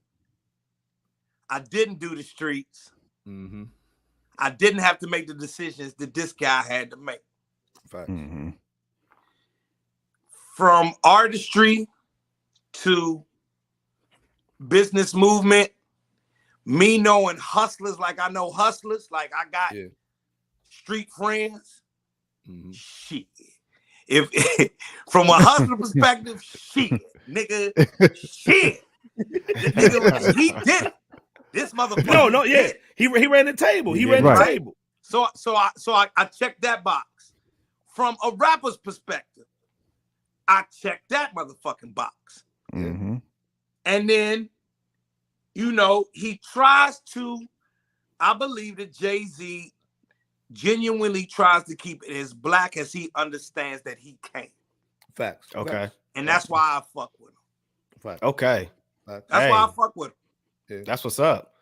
That's what's up right there, man. Yeah, I mean, obviously, I don't think anybody can really dispute the fact that Jay-Z or folks of his ilk is, man. So we definitely respect your viewpoint and experience on Jay, and thank you for sharing that with us. You're just breaking down your music and where we can find it, as well. Right. So real quick, because I've never heard anybody talk about this. I need to hear this, Joe. We need to hear that. The people need this, Joe. Let me cock my hat to the other side for this one. This ain't nowhere else. Nobody talking about this. So we talked about your music, right? By way of Rap City, but also by way of you being an artist as well and producer. Yeah. We talked about you as a comedian, right? But the one thing we didn't talk about, and you might know where I'm going with this, is we didn't talk about you as the actor at one point. Yeah, brother. Oh yeah, brother. Oh yeah. Do I need to say it or? Pull out the relics, man. Pull out the relics, man. Oh boy, 1992, folks. That's all. That's the only other thing I'm gonna say. I have the DVD. I can't find it. So let them know, because most folks out there that they might think that Fresh Shout's bull jiving because we say we're the new rap city, and you being the patriarch of it. And when we say things like this, can you please finish what it is that I might be lying about or fucking on, or what it is that we. You have done your research, young man. Yeah. You have. Listen, you. So, it ain't research. I saw it long time ago. I saw it. That bull was funny. So you the person who saw it. In 1991, I got approached by a brother named Michael Mfume. Michael Mfume is the son of Kwaisi Mfume. Kwaisi Mfume, who is currently a U.S. congressman from Maryland, and he is the chancellor of the Board of Regents at my beloved Morgan State University. His son was in school with me, and he said, this was when Spike Lee we had already done School Days, and Mo Better was on its way. Mo Better Blues, Yeah, Mo Better was on or Do the Right Thing was on its way. Oh, okay. And Maddie, what's my man? Maddie Rich had done Straight Out of Brooklyn. Was it Straight Out of Brooklyn? What was that movie? Anyway. I have me looking it up now. Yeah, you're gonna look it up. And young black filmmakers were the talk. So on our campus, we had a brother, Michael Mfume. I want to make a movie. I want to make a horror movie. You did what, brother? For the people in the back, right? He said, "I want to make a horror movie." Okay, and okay, keep going, brother. So he comes to me. He say, "Joe, I need you to be in my horror movie." I said, "Mike, I'm failing out of school anyway. Let's get it done, my nigga." And so we made a horror movie that turned into something called Axum. AXE. Yep. Axum. Okay. EM. Now that's because we say shit like, "Hey man, Axum, if we come over." Ask him. Right. Ask him. Axum. And we did this movie. And it came out here's the wild part. It came out my senior year. It actually went in the theaters in Baltimore, in a theater in Baltimore. And we had a premiere at the Baltimore Museum of Art. And it's a real movie. So you can imagine at 20, 21 years old, on your campus, black movie makers, all this shit, and y'all got a movie out. And for the record, were you behind the camera for those who might be trying to think that? No. Or were you in front of the camera? I was in front. I was acting. The worst acting ever. Because he was no movie director. It was a nigga with a camera. We were basically doing skits. Right. It was one long ass skit. It was just like what you would see on Instagram as a skit, but we did it as a movie. Nobody knew what the fuck they was doing, man. I tell you though, man, it's still monumental, man, to seen something like that. I think my funniest. It is J-Cat, man, and one of the funniest parts on there was, and it's been so long, but it's where where the glasses were just kind of doing this for 5 to 10 seconds. And then out of nowhere, you didn't see the kill. You just saw the dead body. Right. All you see was people just bodies, just dead, just laying. Yeah, that's the only part I'm going to spoil. Yes, but you were an actor, for those who may not have known, Tubi. In the movie. If you want to see it, it's on Tubi. So I'm sure looking out on that. Well, hold, let me fuck y'all head up, though. That's not the only movie I got. So, I met Wood Harris, right? Okay. Shout out to Wood Harris. Yeah, shout out to Wood Harris. I walked up to Wood Harris. Pause. in Hollywood. Nice to meet you. He said, nice to meet you. Joe, you remember the movie we made? I said, no, I remember the movie we made. We did a movie called Train Ride. Right?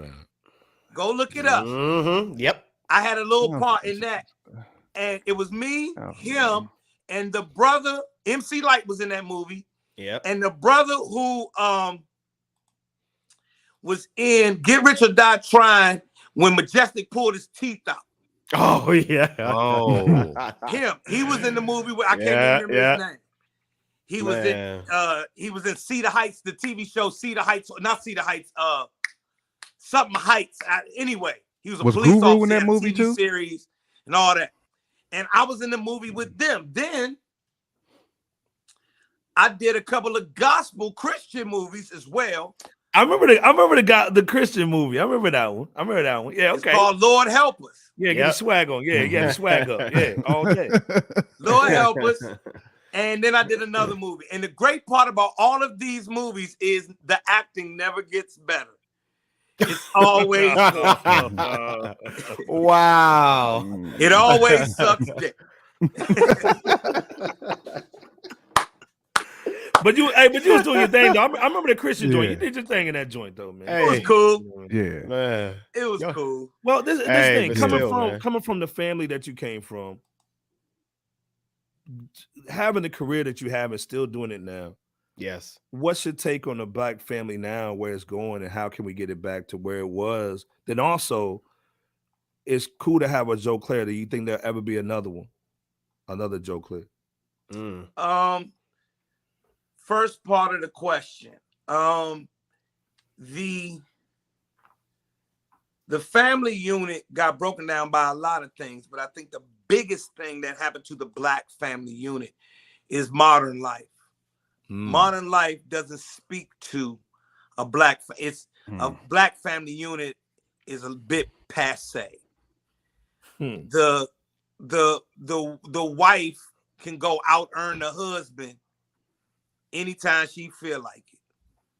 The kids have more education nowadays than the parents. Technology is what it is. You don't have to sit around a dinner table anymore and fear that you're going to burn in hell because you don't eat dinner together. Yeah. We had that back in the day. We felt like we were immoral. Yeah. Only the bad families didn't eat together. Only the bad families didn't do shit together. Right. Remember? I remember. Right. You know, the Evans family sat around that little ass table every motherfucking week on Good Time. Yep. And ate that motherfucking raggedy ass oatmeal. Because that's what it was. And culture. You know, it was the culture. As we progressed. Right. Let's call it what it is. As America rolled out all of the tricks that she had in her bag. Bruh. For centuries. Long time. The Black family fell victim to the traditional way it used to look. I felt that I wanted the traditional shit. I didn't want no kids with a woman that wasn't my wife. Facts. I didn't want my kids, you know, trying to figure out who the fuck was who. I had seen enough families where, you know, even in my family, we got two last names. My brother got a different, you know, and I just didn't want that. Yeah. Mm-hmm. So I went after, let's have a real ass family and let's be an example. There you go. you know, it will come at the expense of some things. I couldn't travel as much. I couldn't stay in Hollywood for sure. I had to leave LA. I had to get the fuck out of there and raise a family, and start a family and continue my dad and my mother's legacy. Facts. And her family's legacy. Because that's how I view it. It's, you know, this is two family trees coming together. Facts. To be able to be a thing. And that's so rare nowadays. Absolutely. It is. I like rare shit. Yeah. Absolutely. I like to be that different kind of nigga. So right. So that's what I did. And so I think that the black family, it's gonna take a huge set of dire circumstances to get us back to that. We're gonna have to need each other a whole lot more than we do right now. Facts. Yeah, absolutely. To go back to that. And that means, and the only way I see that happening is just some dire shit. We ain't even do it with COVID. With COVID, motherfuckers said, man, COVID got more divorce. House with y'all niggas. Right. COVID made people get divorced. Exactly. Yeah, it's facts. Exactly. So a pandemic didn't bring us back into traditional roles. So something dire, something of some other magnitude is going to have to happen before we see that. So that's my take on family. The second question. Oh, damn. What was the second question? Will there ever be another Joe Clair? Folks, the edible has just kicked in. Iceberg just activated it, huh? Right. Activated. It's other Joe Clairs out there now. To do what you did though for music, for hip hop. Well, I look at let me, in the hip hop sense, I think those days is over. You know, no. So in that sense, no. There won't be anybody who got to fill that spot like I got to fill that spot. And that's what we want to make sure we I was in that regard, I get to actually wear that moniker. I got that. It ain't going. So to answer your question, nah. But I need to put an asterisk on it. Okay. But in their own ways, I see people move, black brothers from the hip hop culture move the needle for us in maybe not music. You got to come talk to Charlemagne now to be the president in the United States of America. Yeah. You got to talk to Charlemagne, nigga. That's crazy, right? Right. Think about it. Yeah, that's crazy. You want to be the president? Right. You got to go talk to Charlemagne. Cardi B and Charlemagne. Did Trump go talk to Charlemagne? Hell no. Exactly. Yeah. But that just wasn't the Breakfast Club trying to get him up there? Yeah, they were trying to get him up there. Right. Yeah. You goddamn right they were. Yeah. Right. Yeah. You see what But I mean? that also goes to your point, though, Iceberg. Why there won't be another Joe Clair, because his interviews were meaningful. Yeah. You was the last man to interview Biggie effing Smalls, bro. Yeah. On TV. Yep. On TV. Yeah. And there was no agenda behind what you did. There was no agenda behind that. That's why it was raw. Right. It was raw and it was epic and it was meaningful. And even on the movie tip, you mentioned Train Ride. It just made me think, I believe that was the last time Esther Rolle had acted before she passed. So let's look at it from that aspect too. Oh yeah, folks, welcome to Fresh Out. But yeah, there you go. There you go. Let me fuck your head up. Let me fuck your head up one more. One more again for the one time. I did the movie Lord Help Us. Yeah. Al Jarreau was the pastor. Wow. In the movie.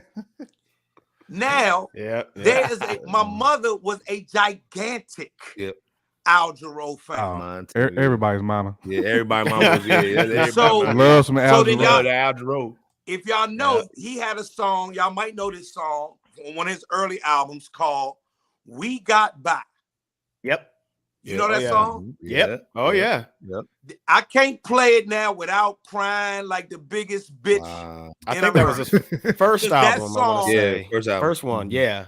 That my mother played that song back to back because we were going through she was going through a divorce. Okay. We were going through a dysfunctional family shit. Yeah. She was away from her parents in Kansas. My dad was away from his family in Florida. We were two family income became two separate households. We was going through some shit. And that was our salvation. That song right there. So when I walked on set and they said Al Jarreau is here, my nigga. Wow. Man, I pulled him to the side, said, you have no idea. And that's the feeling what that you mean to me. You family. But so you transfer. If we gonna do Biggie, I got Biggie, I got Florida Evans. Yeah. And I got anyone want to come dancing in the garden? Morning, Mr. Oreo.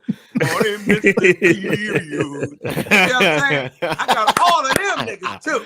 But I think what Bebo was saying is that same feeling you had for Al is what we have for you. Exactly. You know what I'm saying? Exactly. Because a lot of us are divorced kids. A lot of us were in a single parent household with no father figures in there at all, no masculine energy. And when we ran home, man, the first black man that we saw was you. Rap City, man. Yeah.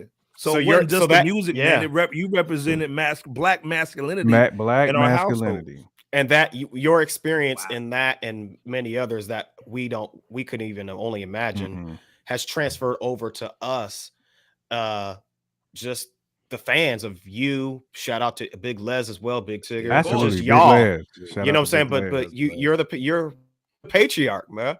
And when we started this show, we literally was like, yo, we want to emulate what Joe was doing. Yeah, that's the first thing we said. We built up our platform. I said, so very first thing we said. At least Joe would look at us and say, hey man, I might get on there and help him out. Let me holler at these cats. So with that said, can I ask one more quick question? Because the people need to know. Well, fresh out, but the people need to know too.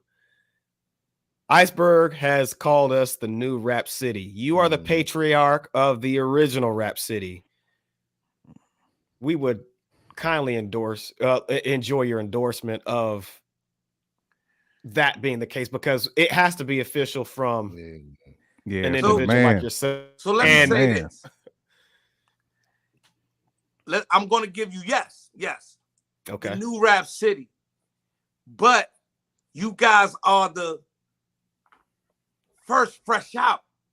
There you go. Boom. There you go. There you go. You know there's a young guy watching y'all who's going to be you. Who's going to call you 20 years from now. Do you know y'all know I've been on Rap City since 1999? It don't seem like it. It don't seem like it. It seemed like yesterday. Bruh, it's been 24 years, 23 years since I was on Rap City. Because you was on there, what, 94 to 99? Was that your 94 to 99? Yep. And the other thing too, Joe, whatever you drinking, whatever you aged it all. Whatever you drinking, send it to us, please. Man. All right, listen. This look good. Nigga, you should see how old my knee is. All this is fine, but my spleen old as a motherfucker. You ain't got the knee brace on. Hey, I got braces, ointments. We'll take the face love. No, I'm in really good shape. I ain't in the bed. I got belly and all that other shit. But you ain't got the Patrick Ewing knee though. Yeah, you ain't got the Patrick Ewing joint. That grandmama need. Right? Nah, I think I really attest that to those years growing up as a vegetarian. When we was kids, we grew up. I grew up. My body started out, on. We couldn't have white flour. We couldn't have white sugar. We couldn't have anything with red dye in it, anything with yellow dye in it. We had no red meat. We had no sweetened cereals, no you know, if cookies came in the house, there's one box of cookies, all the fuck you gonna get. Everything black kids eat now. You didn't have. To this day, I still will eat a bowl of granola with soy milk and honey. Nigga, there you go. Down. There you go. I eat your mom's was before her time, man. Yeah, grape nuts and honey. Yeah, I'll fuck it up. Yeah. My wife looked at me like, I'll be like, you don't understand what the fuck is going on. She said, you said, and at this it tastes so good. And my dick is still 150%. Again, we need to know what you're taking, so we good. whatever you got, put it in the bags and sell it. I'm telling you, man, it's eating, drinking water, eating salad. That's all it is. I don't even take vitamin supplements. I don't even fuck with that. Drink your water, eat your salad.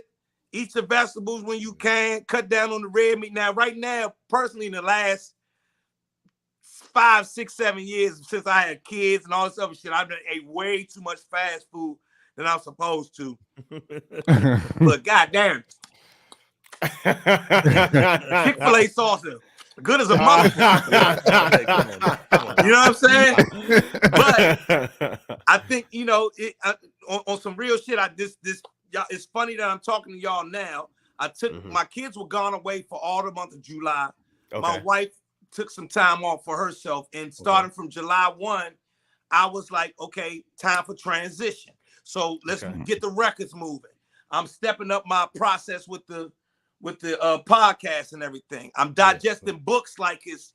I just finished, 3 bomb ass books. For anybody who wants to know, go get 50 Cent's Hustle Smarter, Hustle Harder. Great book. It's the kicking the ass from a street nigga that you ain't know you needed.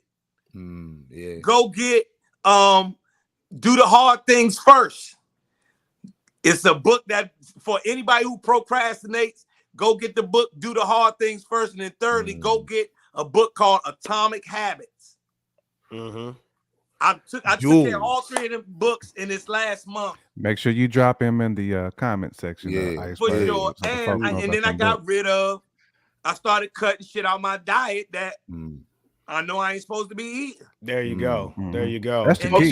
That's it. Y'all just got a nutrition/fitness lesson right there, but you also got the books of the week that y'all hadn't got for the last few weeks. And this is the thing: if you're not following, if you're not watching Joe every morning, you're missing out on some. You're missing out anyway. You really are. Gotta follow him in the morning, man. Thank y'all, man. Oh yeah. And this again, when we started this platform like 3 years ago, the goal was to talk to you. It really was. Real talk. No lie. I said we got to build it up to even no cap. Want to get on. No cap. So tonight for us is like surreal because this is for them. This is the pop the bottle. Yeah. No water. Again, like I said, all of our heroes are dead and gone, man. We like nobody got to see our hero get to put his feet up and kick it, man. You know what I'm saying? Let me say this, man. Y'all could have called me on your first day, bro. Yeah. I'm here for us. Facts. I give my time. My wife get on me like we left the party tonight, so I could be in front of the computer, so I can make sure that I was in front of my camera, so it looked as good as it could possibly look when I did y'all's podcast. And we so appreciate your time because appreciate that. We have a responsibility, an obligation to be the best stewards and representatives of our culture that we can possibly be. We sure absolutely. And so from everything from, making sure my camera to, nigga, you might want to eat a little bit better so you could tell niggas how to eat better. Yeah. That's if I keep that in my mind, then that's what I'm going to do. And so, hearing you guys say that, I'm an influence and all of that, bruh. It's what I set out for, but in a servitude way. Yeah. Not in a I conquered this shit way. I wanted to serve us and be in the service of us. Rap City, comedy, and all even these records is all for me really hopefully giving some value to whoever receives it. Right. Yeah. Right. And so, to hear that from you guys, man, is job done. Mission accomplished. Mm-hmm. Thank you. Thank and like you. I said, we wanted number one, like I said, we appreciate the time. Like we just wanted to give you your flowers. While we could give them to you. Mm-hmm. You have a whole generation of soldiers that you basically built up. You know what I'm saying? You don't even understand. Yeah. And like we just like I said, I don't think you really understand. I don't. Like you was our like when you saw the Mac and you saw the whip in the Mac, like y'all want that. When we saw you was like, man, I wish I was Joe doing that, man, right there. And so literally to this day, like, Jay can't rap, Bebo P rap, they make beats, they do everything. We started doing that by watching you. You know what I'm saying? And running to the record store to grab them running. And to look inside, to flip the book open, to figure out this dude smell the paper, all that. Rap City. This dude was on Rap City last week. Yep. And again, it wasn't Rap City. We watched Joe. Yeah, Joe. You know what I'm saying? So when you left in 99, that's when we was at college. That's how we all met each other at college. That's when 99 was the last year. We got together like 2000. Yeah. So all our stuff was showed your boy the door. Well, it showed your boy the door. Well, and this is the thing, like to me, it's never been the same ever since. And so that's why we go back and watch everything that you did because it was never the same. It wasn't. Real talk. You know what I'm saying? Like no cap at all. That's a whole nother podcast. Oh yeah. It is. But real talk, you do need to do the stories.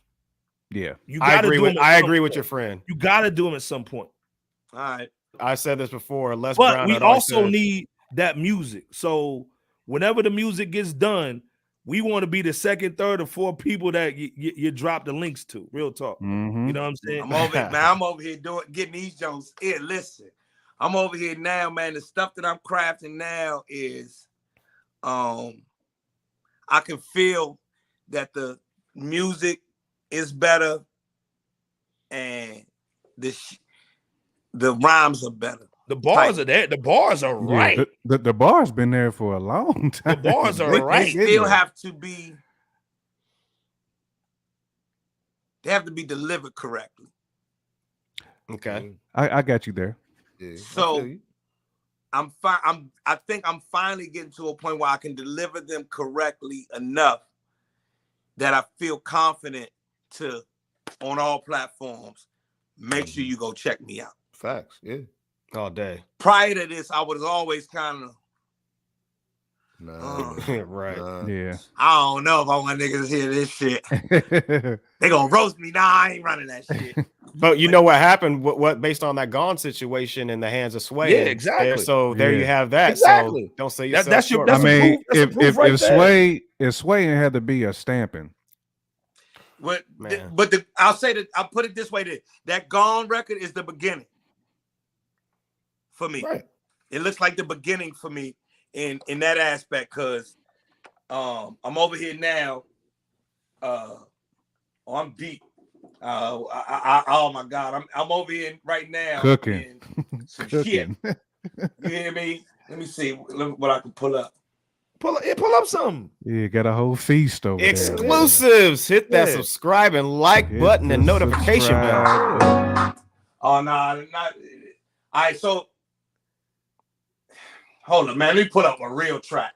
Give us 30 seconds or something, man. Give us something. Just give us a good snippet. Yeah, give us a little. How y'all used to get the Joe Clair freestyles back then? This is we get a supervised version of that. That's all we need. We just need a snippet. This is the 2022 version of these are just this is just a track. These are just tracks. Okay. And monitors sound good too. Yeah, monitors sound crisp. I'm in the whole. You know. There we go. All right. Okay. Yeah. Okay. He in there. Okay. You like me? You got them Yamaha joints. And look, and I got my man with me at all times. Man, shout out. There you go. Wow, man. X with me at all times. Man. Hey, in real talk, let's be clear. Rest in power. This is why I put this on here, bro. I put that picture of you and DMX right here, bro. Yeah, I saw it. Yeah. I had it. You know what that's at? Do you know? Listen, I'm gonna tell y'all where I snapped that picture at.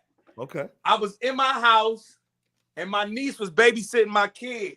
Okay. And she said, "Uncle Joe, come up the street to the Texas Roadhouse." Texas Roadhouse. Yeah. It was Texas Roadhouse. Yeah. Okay. Yeah. And no cap at all. I said, "For what?" She said, "I think DMX is in here." I said, "No motherfucking DMX and no goddamn Texas Roadhouse." What y'all doing? Yeah, what y'all doing? Man, I went up there. Trying to set me up. Sure enough, X was standing. X was in there with his kid's mother and his kids. Wow. They don't live too far from here. Okay. And he was just in there eating with his family. And he had just gotten out. So when I walked up to him, nigga smiled. Oh, good to see you. You know what I'm saying? The shit was, it was ill. It was so ill. Yeah. It was so ill. And then right after, I told him, I was like, man, people love you. They can't wait to see you. Yeah. Right. Oh, yeah. You know, I thought I was doing my part. You got to let a motherfucker know that people love you, man. Facts. And, one of the best performers. Yes. Man. One of the best performers still to easily this day. top 5 performers. Yeah. His shows were unbelievable. I never forget I seen X come out on stage and I was looking for the hype man. I ain't no hype man. He don't got no hype man. He don't got no dancers. He don't got no security. Right. He don't got, it's him and the dog. And this was when Jiggy was out. This is when Jay-Z had the dances and all the pyrotechnics. X now. Right. He ain't need none of that. Nope. So this is a track I made the other day. It's not every track I make, I consider hip-hop because I'm a rhyme on top of this motherfucker. Okay. Exclusive Joe Clair, baby. Joe Clair. You gotta throw a bomb on that. Okay.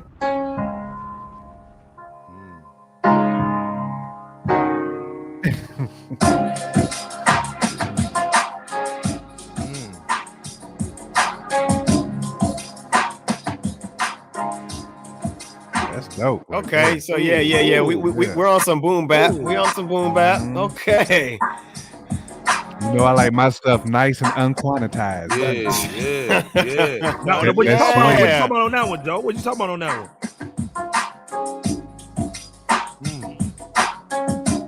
Yeah, brother. Yeah. So that's where I'm at. So what you talking about on that one, though? What you talking about on that one? So the other day I heard Steve Harvey say the whole you can't have a test, you can't have a testimony without a test. Okay. You can't have a testimony without the test. That's why these demons, you can't have a testimony without the test. These demons, they keep running up on me, so I'm keeping on my vest. And they go from there. Yeah. You don't want to get too much on that one, huh? It's a couple more verses. It's a couple more lines I ain't learned them yet. He just sprinkled us. That's all he did. Yeah. We just want a little real quick. Yeah. Cleasy Salt Bay. That's what he gave us. Salt And this particular project, it starts out with me and my wife on date night. Ooh. Oh, so commemoration. Y'all ever heard of Joe's Crab Shack? Yeah, I love No, not the crab, Joe's Crab. Not Joe's Stone Crab. I heard of that one. The expensive one. Oh, that's why I see that scene there. Now, go back to the affordable one you saw. So it starts out me and the wife sitting chilling at Joe's, eating crack crab. Oh, what a life we chose. Oh, what a life we chose. I defeated my foes, and this Cabernet knows I never needed you hoes. The Cabernet. I'm a king. Even in them thrift store clothes, I held my head high because I'm Maxine and Joe's. This boy will be royalty. He out here dropping jewels you could sell if you chose. Who knows? Well, I do, nigga. King of the earth, ask Badu, nigga. I know I inspire you niggas the way I flow through and fly by you niggas. Okay. This broccolini and this Dover soul. It's filet table side, nigga. Slow your roll. The butter sauce getting poured, the lemon getting squoze, and I'm real fucking proud of this woman I chose.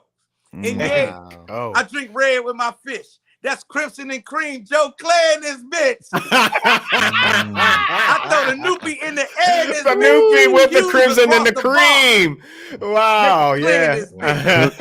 The plot thickens, and here's a twist. I summon the server over. Please clear this dish. Miss Claire has a wish for something sweet on date night. Homie, where's the list? The key lime is a copper on the rocks, and a pair of Ferragamos ain't nobody got. And these cashmere socks in. There go Michelle, and there go Barack. They politicking in the politicking spot, and he give me the head nod because the brother used to watch the brother Joe Clair every day on the box at about 4 o'clock. Bitch, I am hip hop. See, I be on my DC shit right there. Hit, man. What a hit! You gotta stop teasing me. We need the music, bro. That's a hit. That's why I'm at. Please work on that, music, man. Bro. You know we need them. Thank y'all, man. Hey, thank you, brother. Thank you. Thank you. God bless. It's adult contemporary. Thank you, brother. Music. Thank y'all, man. We need. Thank you, y'all don't man. Understand what this is doing for me, man. You don't owe hip hop. You don't owe the community nothing at this point, brother. No, you don't owe us nothing, brother. You did it, and you're still doing it. You're still doing your thing. We need, and this thing.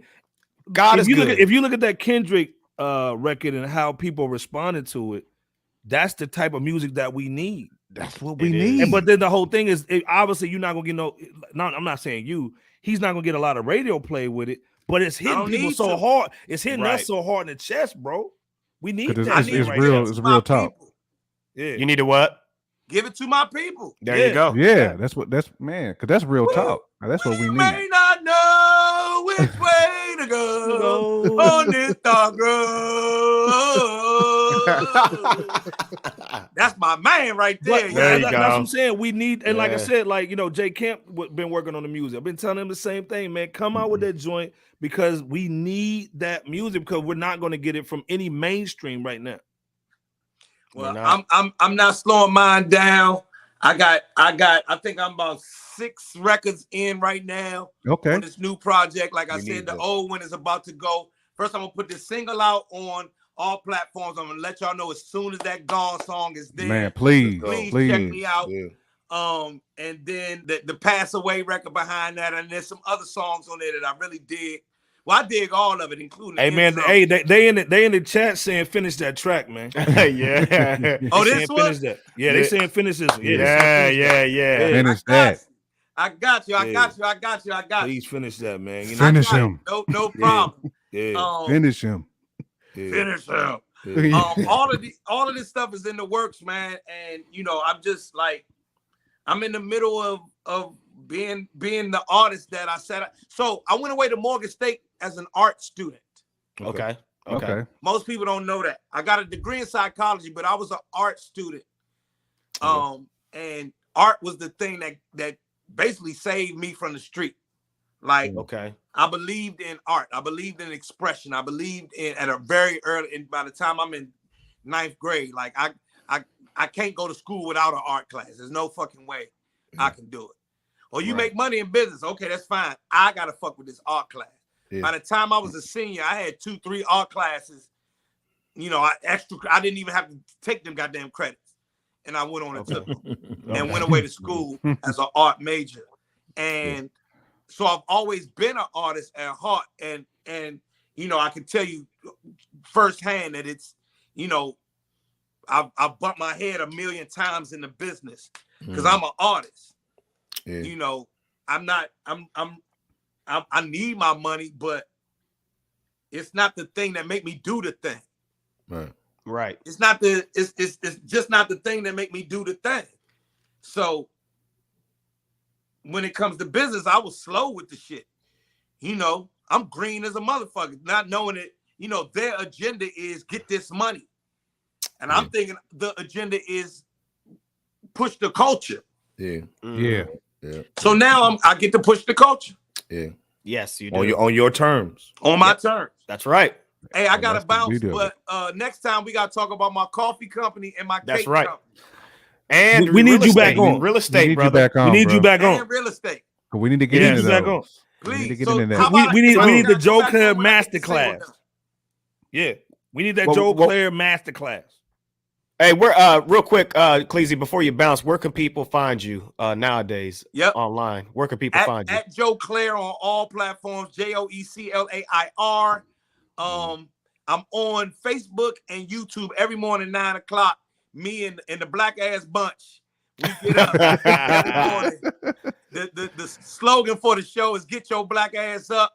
Yeah. And anytime anybody asks a question, we say, "Google it, bitch." So, get your black ass up, Google it, bitch. Find out where I'm at, and come fuck with your boy.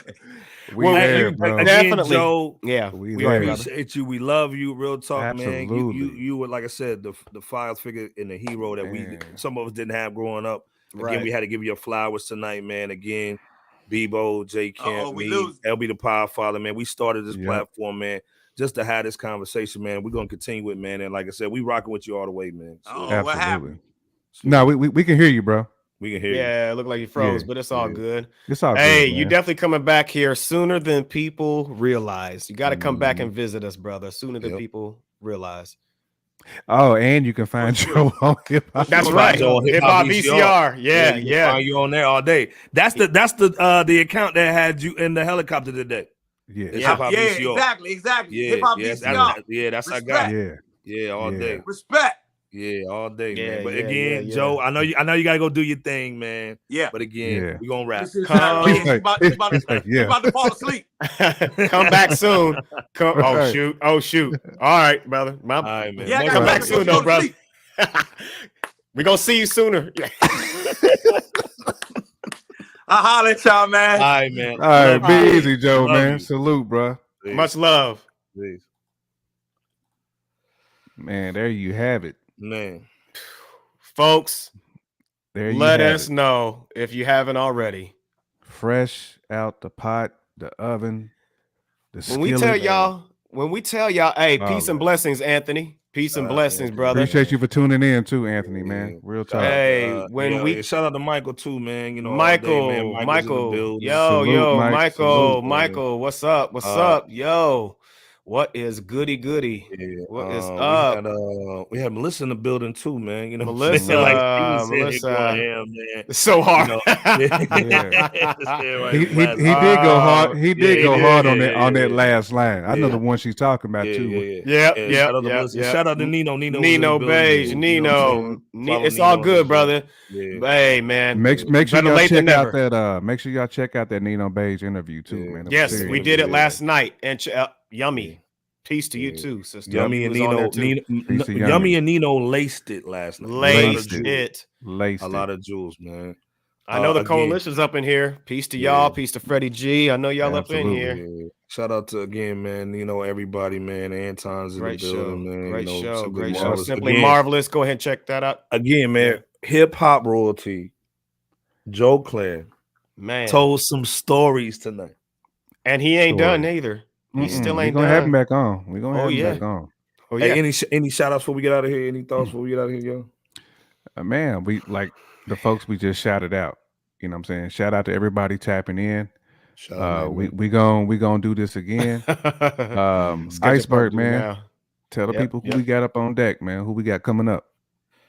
Hey man, we got a lot of cats, man. Like this Saturday, we got Donna's Dope, man. Crazy artist, man. He just did some dope, man, with Spike Lee, man. We're gonna talk to him Saturday. Peace to Donna's Dope. Yeah, Donna's Dope, man. Looking forward to that one, man.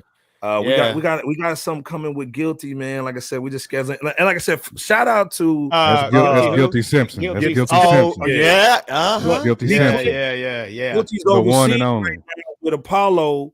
Apollo Brown, there's somebody else they overseas with too. They Skyzoo, Apollo Brown, Apollo Brown. Yeah, go check them out. Support their channels. They'll be on here soon too. But of course, man, when you overseas, it is what it is. But again, I mean, the Yummy interview was crazy that we had last night. Nino joint was crazy. Yes, you got. If y'all haven't listened to Vic Spencer. Man, the Vic Spencer interview was crazy. They can't put us on as the bar of the week. He came through there the interview. It's going to drop tomorrow, the actual edited interview, but you're going to check out the live stream on the YouTube channel right now, sub 2. But that interview is so dope, and y'all gotta check out Vic Spencer's music. He just got a new album called Mudslide that just dropped. Go sure does. Digital. It's crazy. You gotta check that out. And Spice King. And then Spice King interview. This thing, we go back to what Joe was saying about healthy eating. Yep. It starts with what you putting on the food. On the food. You gotta go check out this Spice King. Man, he just showed some love to Jay Kemp, gave him the whole package. Pause. Hey, I need it. It's crazy. Spice King gave him all that. Not even just this, but all that. We proud of you all. We proud of you all for visiting us. Hey, Hip Hop VCR, you already know. VCR. Come on, man. Y'all gotta support Hip Hip Hop VCR, man. All of y'all, man. One of the best channels, man, on YouTube and on IG where you get the really is. We gotta get Hip Hop VCR back on too. That Joe Clair was talking about, you can actually watch it on Hip Hop VCR. That's right. All that. And even more. He has the proof. And even Hip-Hop more. VCR. Literally, we were talking about the interview with Yummy and Nino on Wednesday. Yep. And then Hip Hop VCR puts it up so you can actually see it. That's right. Go check it out, man. Real talk, man. Peace to that, brother. Bebo, man, take us home, man, real quick. Hey, you know what? I think you guys gave so many shout outs. We all did. God is good. Definitely stay safe out here with the you know what, the blank pox. Yeah, so blank pox. You know, just got declared a national emergency, so public emergency. So COVID, definitely all that. Yeah, all that. Definitely stay safe in more ways than one. Go ahead and cop the merch if you haven't already. The Fresh Out Tumbler, the Fresh Out merch. Mine's go ahead in the background. and cop. Yeah, there you go. And you know what? Peace to Big Les. Holla at us. Man, come. We got to get Big Les on. We have the matriarch of Rap City. Come holla at us. Peace to Big Tigger. Same deal. Yeah. And that's all I got. Iceberg, you can take us home. Hey man, LB the Podfather, man, hold it down. Man. Yes, peace to LB. Peace to LB. Bebo P, J Kemp, man, it's been a ride, man. Again, legendary night, man. Like I said, Joe Clair just blessed us with great a lot of jewels. Part one. Great night. Again, like I said, go check out his SoundCloud. Way too sinister. It was. On record, and that EP is up there. Go check him out, man. And definitely talk about. And we got to talk about his coffee joint. Yes. Pause. We got to talk about his coffee brand the next time he comes up. But again, and his real estate. Yeah, and check out Nino's letter from the Valley, man. We talked to him on Wednesday. Yes. And I do. And I do with Bloodline. Check it out as well, man. Shout out to you, Nino. Appreciate the visit last night. Hey, man, Nino, we need some vinyl. That's what we need now. Yeah. We need that Nino vinyl. But check out everybody that's been tapping in with us, man. We're gonna be back here on Saturday, and we always here Wednesday 9:30, man. Again, Bebo P, J Kemp, LB the Podfather, man. We out, man. We out. Cheer. Peace.